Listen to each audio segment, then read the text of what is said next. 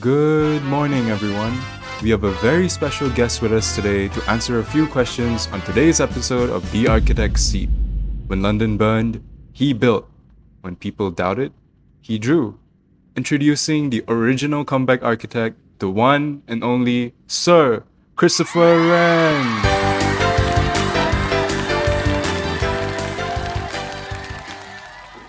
Hello, Sir Wren. Would you like to introduce yourself before we get started to the newer generations present? Good day, and yes, sure. My name is Sir Christopher Wren, and I was born in 1632, in the age of reason and discovery that shaped the English Baroque.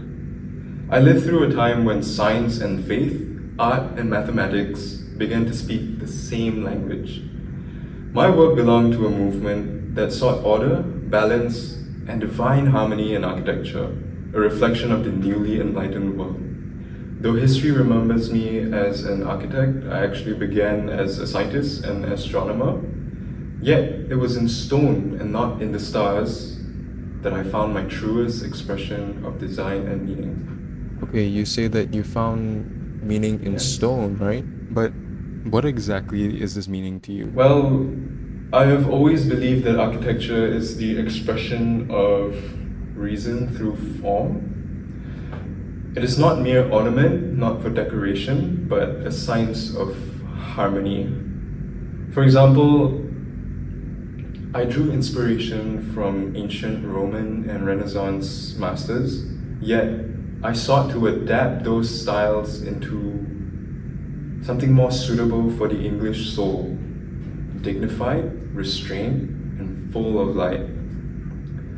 Where others built dark and heavy in that period, I opened space, and where others sought decoration, I sought proportion. My innovation was not only in structure, but in thought. I viewed architecture as a mathematical language of beauty. Each arch, each column was a part of a grand equation, and a conversation between art, physics, and also the human spirit, which is the most important of all. And in every design, I aim for symmetry, clarity, and purpose. The same laws that govern both the heavens and the human heart. That was beautifully said, and I respect that very much. It's always a beautiful thing when someone discovers something that ignites the flames of passion in themselves. Moving on, Sir Wren, we've all heard of your genius, but let's get into the good stuff. Which of your works puts the Wren in Renaissance? Well, I see what you did there. But, my name became forever tied to London, a city that I helped rebuild after the Great Fire of 1666 reduced it to ashes. From that devastation rose my greatest work, the St. Paul's Cathedral. I designed it to be a place both of worship and also a symbol of England's resilience. Its great dome, visible across the Thames, represents the unity between heaven and earth. The dome itself was an engineering marvel, a Triple structure, an inner dome for grace, a hidden brick cone for strength, and an outer dome for beauty. Many doubted it could stand, yet I believe that through geometry and proportion, art and science could exist together perfectly. Beyond St. Paul's, I designed more than 50 churches throughout London, each one a unique experiment in light, form, and rhythm. Every tower, every window, every column was my way of giving order to chaos, of rebuilding both a city and its spirit. You know, it's incredible to think that your work still, at the very least, influences London centuries later. What do you think about the state of architecture today? What do I think about architecture today? Well, centuries have passed since I walked among scaffolds and dust. Yet, my ideas still live on. When I gaze upon modern cities, their soaring towers of glass and steel, I still see my principles at work. Architects today continue to seek balance between function and beauty, structure, and emotion, just as I once did with stone and a compass.